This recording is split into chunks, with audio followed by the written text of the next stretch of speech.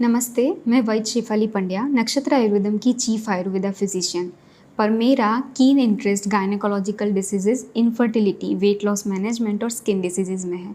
Skin diseases में रुचि थोड़ी ज़्यादा होने के कारण से रेगुलर बेसिस पे मेरे पास स्किन डिसीजेज के काफ़ी सारे पेशेंट आते हैं। अपनी रेगुलर ओपीडी में सबसे ज़्यादा पेशेंट मैंने पिंपल्स के देखे होंगे, तो मैंने सोचा क्यों नहीं आज के वीडियो में हम पिंपल्स के बारे में बात करें। आयुर्वेद के अनुसार पिंपल्स को मुख दूषिका या फिर यौवन पीढ़िका कहा जाता है। आयुर्वेद के अनुसार पिंपल्स होने का मेन कारण कफ, पित्त दोष का बिगड़ना और रक्त की दुष्टि होना है। आइए समझते हैं पिंपल्स किस तरीके से फॉर्म होते हैं। हमारी स्किन में ढेर सारे हेयर्स रहते हैं और हेयर का जो रूट रहता है, हेयर फॉलिकल, वो स्किन के अंदर रहता है। हर एक हेयर फॉलिकल के पास में एक सीबेशियस ग्लैंड रहती है जो ऑयल या फिर सीबम का सिक्रीशन करती है, जो पोर्स के माध्यम से बाहर आ जाता है। जब हमारे pores dead skin cells, pollution या फिर डर्ट के कारण से क्लॉग हो जाते हैं, यानी कि बंद हो जाते हैं, और नीचे से सीबेशियस ग्लैंड का सिक्रीशन कंटिन्यू चालू रहता है, तो बैक्टीरिया का ग्रोथ बहुत इजीली हो जाता है, जो धीरे से स्वेलिंग, रेडनेस, बाद में पस फॉर्मेशन वाले पिंपल्स कॉज कर सकता है।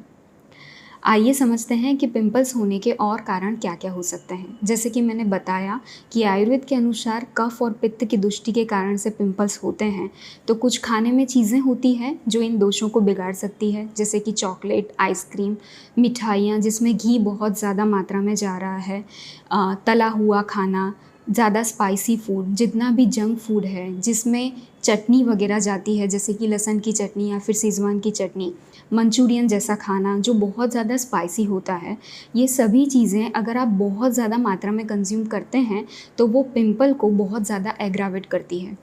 मैंने कई बार अपनी डेली ओपीडी में ये भी देखा है कि कुछ पेशेंट्स कहते हैं कि मैडम, जैसे ही मैं अचार खाती हूँ दूसरे ही दिन मुझे पिंपल्स आ जाते हैं, जैसे ही मैं शेज़वान की चटनी खाती हूँ दूसरे ही दिन मुझे पिंपल्स आ जाते हैं।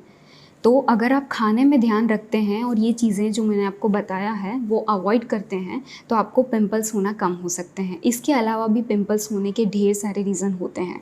कई बार ये होता है कि सिम्टम आपको in the form of pimple face पे दिखाई दे रहा है, पर उसका रीज़न कहीं और भी हो सकता है, जैसे कि पीसीओडी या फिर मेनोपॉज़ल एज में। पीसीओडी इज़ अ डिसीज़ जो पीरियड्स की साइकिल को इरेगुलेट करता है, जिसके बारे में अलग से वीडियो इसी चैनल पे आप देख सकते हैं।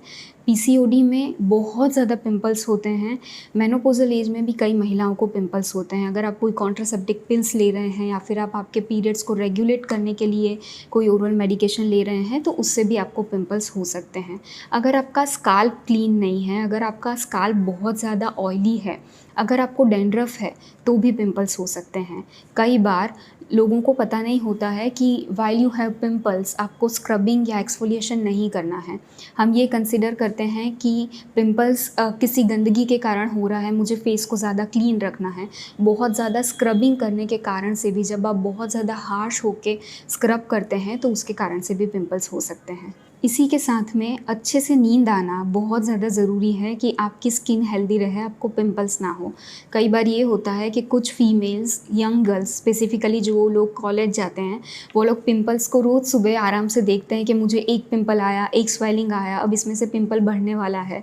जितना आप उसको देख के स्ट्रेसफुल होंगे, उतने ज़्यादा पिंपल्स बढ़ने वाले हैं। जब आप स्ट्रेस में होते हैं तो एक हार्मोन सिक्रीट होता है, जिसके कारण से सीबेशियस ग्लैंड का ऑयल सिक्रीशन और ज़्यादा बढ़ता है।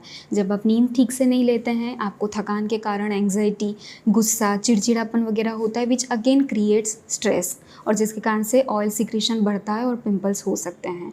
रेगुलर वेज में होता ये है कि एक बार पिंपल्स आने लगे तो उसे हाइड करने के लिए बहुत ज़्यादा मात्रा में मेकअप वगैरह अप्लाई किया जाता है। अगर इस मेकअप को अच्छे से ना रिमूव किया जाए तो भी पिंपल्स होते हैं।